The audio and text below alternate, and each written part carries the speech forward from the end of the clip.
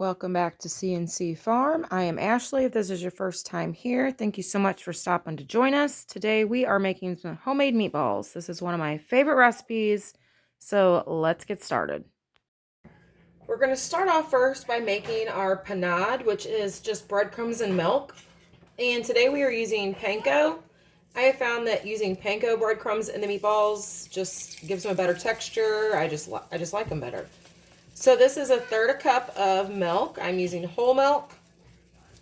And a cup of panko breadcrumbs. This is 1/2 cup, so I'm going to use 2 of these. And then you are just going to want to give this a good stir. And let this sit for about 10 minutes. You want to make sure that you have coated all of the breadcrumbs in the milk before you let it sit. All right. Now we're just going to combine all of our remaining ingredients into one bowl. So we're going to have 1 pound of ground pork,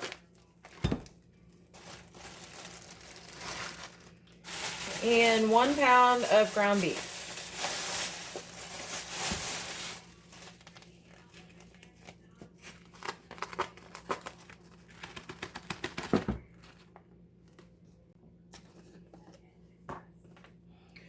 So I did make a few minor recipe adjustments. I have done this before, and I will put the original recipe in my description box.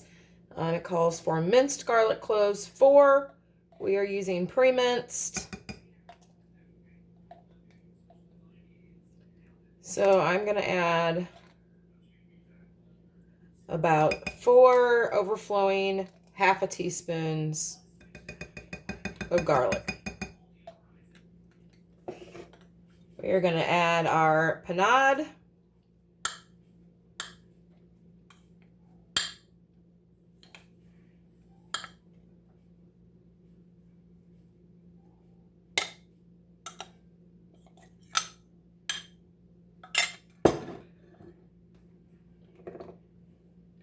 We're going to add 2 teaspoons of Worcestershire sauce, and this is 1/2 teaspoon, so we're going to add 4 of these.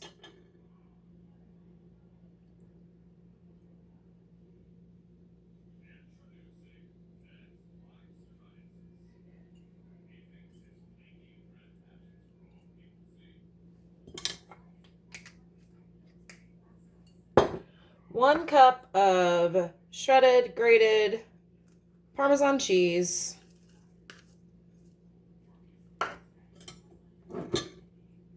2 eggs.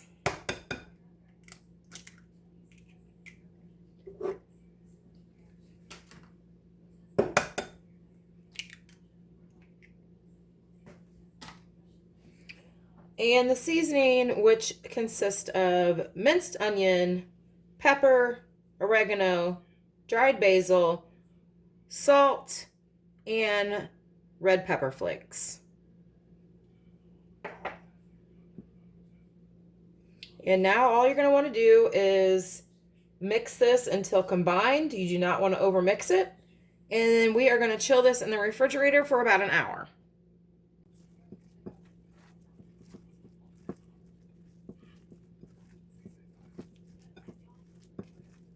Now I just about forgot the fresh parsley.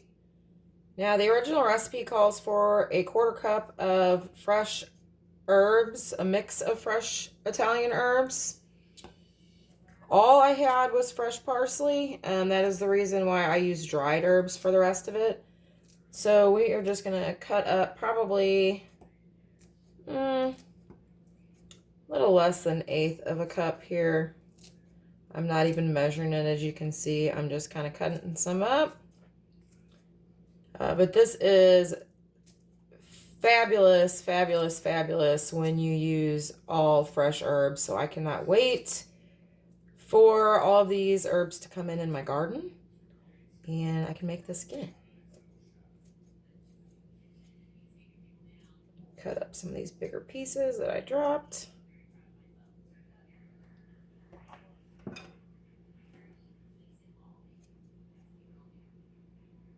And we'll get just a little bit more here.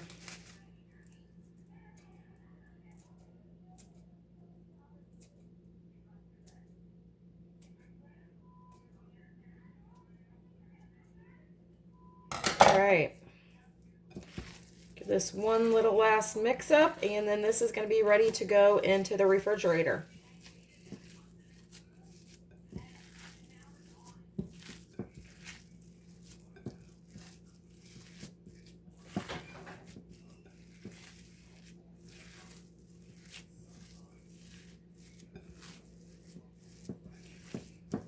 All right, we're going to go ahead and put this in the refrigerator for about an hour.